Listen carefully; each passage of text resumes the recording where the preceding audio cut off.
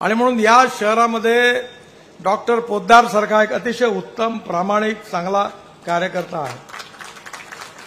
आता याचं दुःख आहे की बावनकुळे साहेब काही त्याच्यावर न्याय करत नाही।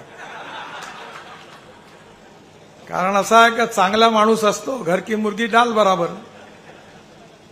त्यामुळे बाहेरचा चिकन मसाला सावजीचा चांगला लागतो। जरा जुन्या लोकांकडे लक्ष ठेवा। हे जोपासलेले कार्यकर्ते माझ्या का आता मी तर नाही आहे, तुम्ही नेतृत्व करता। जर या प्रामाणिक कार्यकर्त्याची तुम्ही कदर नाही केली तर जेवढ्या जोराने वरती चालल्या तेवढ्या जोराने खाली आल्याशिवाय राहणार नाही, हे तुम्ही लक्षात ठेवा। त्यामुळे जुन्या कार्यकर्त्याची आठवण लक्षात ठेवा। डॉक्टर पोद्दार सारखा उत्तम कार्यकर्ता आपल्याला मिळाला, ज्यांनी या भागामध्ये उत्तम काम केलं, आजही करत आहेत। मी अनेक वेळा त्यांना सांगायचो का पहिले आपला दवाखाना बघा, फालतू गोष्टी नका करू, पहिले दवाखाना नीट बघा मग काम करा। पण डॉक्टर पोद्दार असे का दवाखाना ठेवला बाजूला आणि गावभर फिरून आपलं काम करत होते।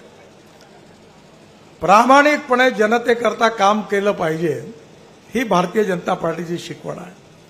आणि म्हणून नक्कीच मला विश्वास आहे की येणाऱ्या काळात बावनकुळे साहेब पोद्दार साहेबांचे भविष्य चांगलं करतील। एवढं बरेच दिवसाची पेंडिंग इश्यू आहे तो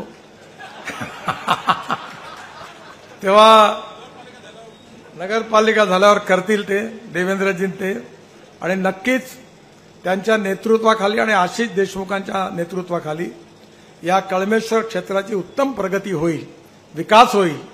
आणि या विकासामधून एक आदर्श शहर, स्वच्छ शहर, प्रदूषण मुक्त शहर, जिथलं पर कॅपिटा इन्कम चांगला आहे, शेतकरी जिथला सुखी समाधानी आहे, इथला संत्रा उत्पादक आणि शेतकरी देखील समाधानी राहील।